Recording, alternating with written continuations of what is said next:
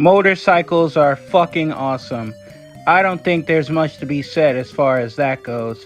But there are two sides to every coin, and there are definitely cases in which motorcycles aren't so awesome.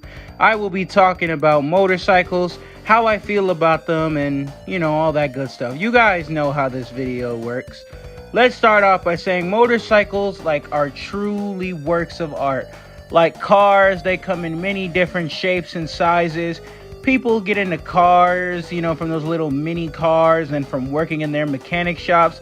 Just like how people get into bikes by dirt biking and riding a pedal bike. From a sport bike, which can go up to 200 miles per hour, to your grandpa's Harley Davidson sitting in his garage, only being taken out on weekends, there's a motorcycle out there for everyone. Let's talk about the pros and cons of motorcycles. Pros. You get to ride a badass machine on two wheels that can go faster than most cars.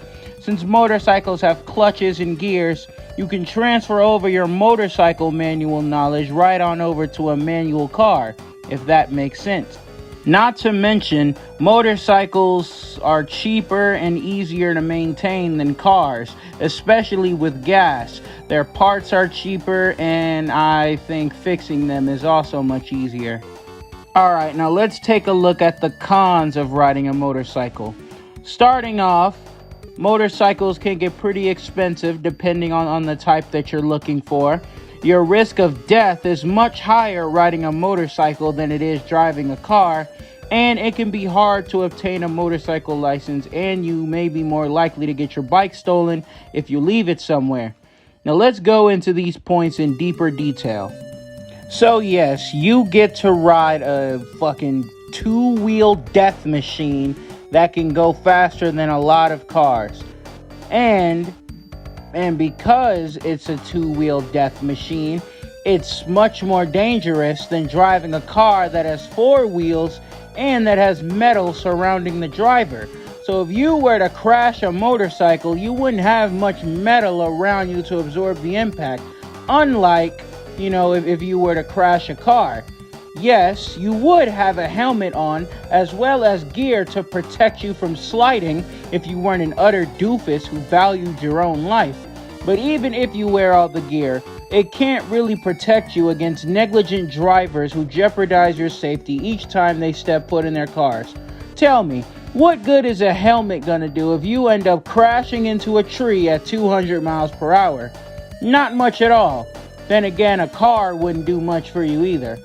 As far as the motorcycle license, you can actually take a motorcycle safety class, or an MSF, where they teach you how to drive a motorcycle, and you can actually obtain your motorcycle license from the MSF. And while the price of a motorcycle can be more than some cars, maintenance and repairs will be much cheaper, as well as filling it up with gas. Now, I honestly couldn't really tell you that much about motorcycles because, I don't exactly know much about them myself. And I damn sure couldn't tell you, what bikes I would recommend for somebody, who's new for motorcycles, to invest in. But I can tell you someone who can tell you that. You can head on over to Bladed Angel's YouTube channel, and he can tell you which bikes to get if you're a beginner and you're new to riding. I actually plan on getting one of the bikes he recommends whenever I get my motorcycle license. And another thing is, if you don't know how to drive a manual car, then, you might be able to take what you learned about shifting gears and operating the clutch from a motorcycle and apply them, to a car.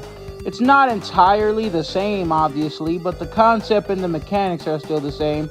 Anyway, that's pretty much it for me. Please tune in for the next video because it's coming soon. Class dismissed.